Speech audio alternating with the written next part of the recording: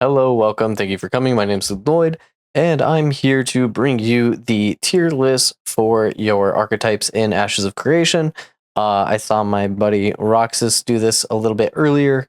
I kind of wanted to add a little bit of nuance to the discussion, so I kind of created my own. In general, I think there's a lot to discuss about Ashes of Creations. Archetypes, they generally fall into a set category since the archetypes are very, very simple at the moment. However, there is a little bit of nuance to talk about, so let me go ahead and do that. So, for overgeneralization, I think you're always going to put Bard in Z tier. You are always going to put Cleric in Z tier, and you're going to put Tank in Z tier. Why? Because these all provide three major things. Damage, sustain, and you're going to need them in every single party. So these three are going to always be near the top, and they provide a lot of support. They can do a lot on their own, and you can just generally do a whole lot with these classes. Next, we're going to put Rogue probably in S plus tier, maybe S tier for some people. But I put it in S plus simply because their kit is overall well-rounded. You have sustain, you have tankiness, you have solo playability, you can survive in the open world very, very easily. So that's why I put it up so high. Next, you're probably going to have Summoner in S tier. We haven't really seen the Summoner yet. It has yet to be, put out into the world. But based on its kit alone, from what I've played in the BTR, I think Summoner has probably some of the best solo ability. It has the ability to do the tank, the healing, or the DPS pet. The healing is going to be probably the most important for that sustain and overall wellness of your class, your archetype. So that does overall pretty well. Next, I would put Mage and Ranger, probably Mage lesser than the Ranger, just because you have a lot of damage in these archetypes, but the solo playability is not very good. So I would rank them a little bit lower on that alone. Fighter, it's probably B tier. You can maybe argue A tier for just generalization. I think Fighter really falls below when it comes to group play. So you could probably just put it in B tier for now. But overall, this is kind of general setup I would have. I also put Summoner in S tier, assuming that people can, one, play it well mechanically. There are a lot of button pressing. You have to control your pet. Two, that the servers work with the pet and that you're not having any weird bugs or any system stuff. This is purely based on the kit alone. You could drop Summoner a little bit lower than Mage if it starts running into those issues where you're not mechanically inclined, the auto attack like bugs on the Mystic or something like that, or anything like that. So you can definitely drop the Summoner lower when it comes to that. But overall, most people are a little unsure about the Summoner. So if you place it into the I don't know, I'm unsure category, that's totally fine as well. Next, we'll go into PvE. So for PvE, I'd place Rogue a little bit lower this time, and we're going to put Ranger and Mage a little bit higher, mostly for that AoE spells. I'll probably put Summer up there as well. And then you can even put Fighter in maybe S tier as well. Like almost all these classes are pretty good for PvE. PvE isn't necessarily extremely difficult. But yeah, I think if you're looking for just overall AoE damage, Fighter is going to be above Rogue. If you're looking for canceling mechanics and stuff like that, Rogue definitely is superior in that form. It is one of the lower skill based of the archetypes, but having a Rogue in your party is by no means a bad thing. Just because you have a lot of cancels, kicks, silences for all the different mob mechanics that are out in the open world. So that's why I don't put these like lower on the list. But overall, I think you can function a party as long as you have these three in it, and then any form of composition with a mix of these. Generally, people stay away from having melee archetypes just because they take more damage, makes it harder for your cleric, etc., etc. Now, for PvP, things can get a little bit different. If you're going small scale and you have a high TTK, based on what we've seen from the PTR so far, there is going to be a high TTK, and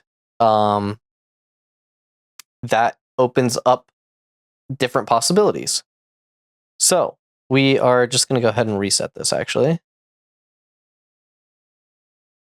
So low TTK, well, high TTK, small scale.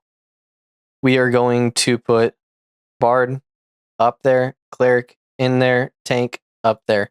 I would say almost all these classes are absolutely necessary. Simply because tank wall, grapple, you have good engage, you have good lockdown with this. Small scale is good for rogues. They can get in, they have the stealth, they have a lot of CC and utility, so they are very, very good. You could even argue that they could be Z tier, but for now, let's just put them S plus for now. Now, I think Ranger is probably S tier, specifically for vine fields and getting good engages and lockdown on the enemy team.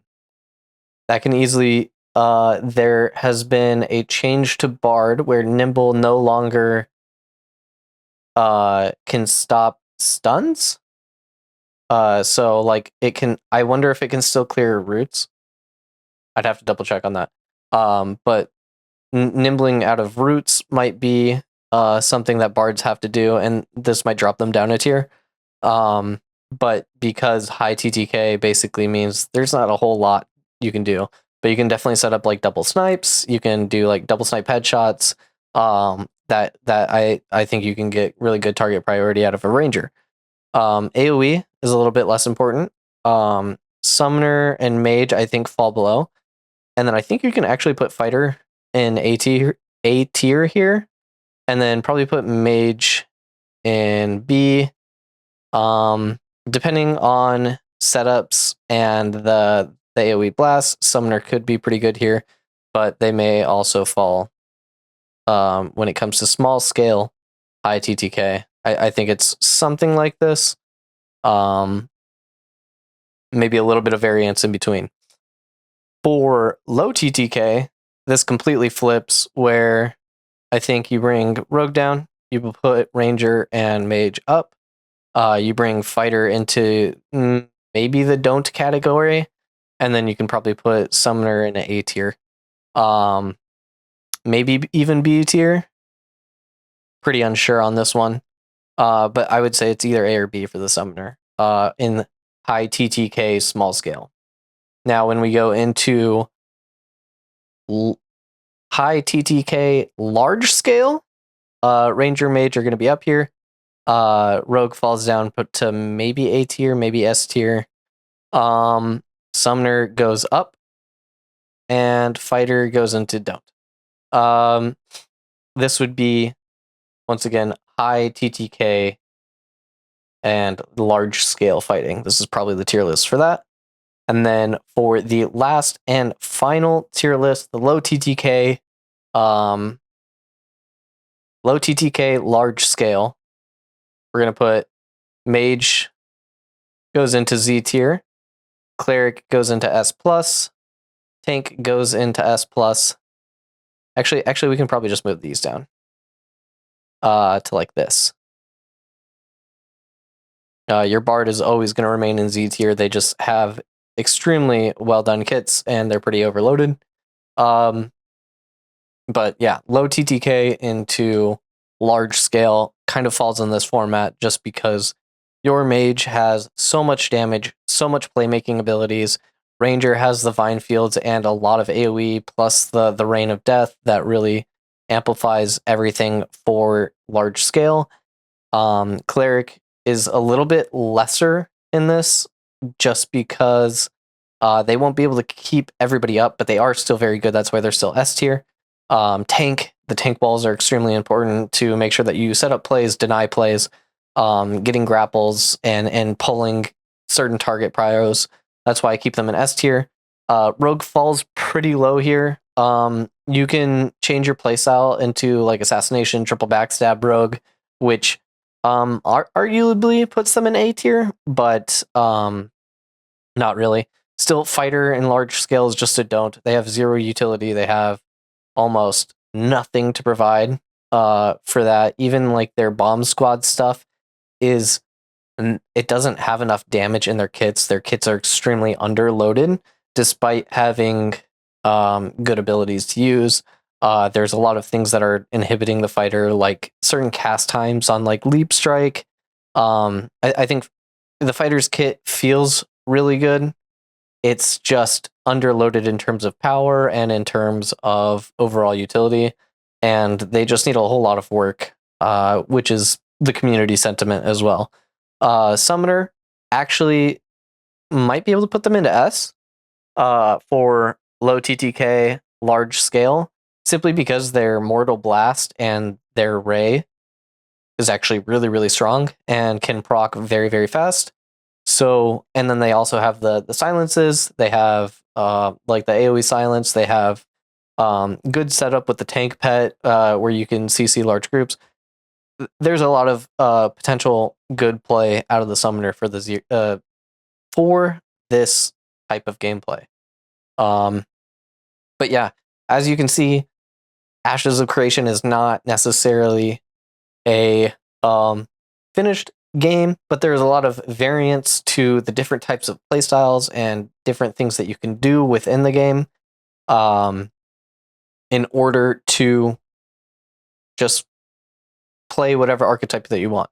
So there's different situations for different archetypes and for different types of playstyles and how you encounter those, and these are all subject to change as we move forward into development and as we move forward into early access.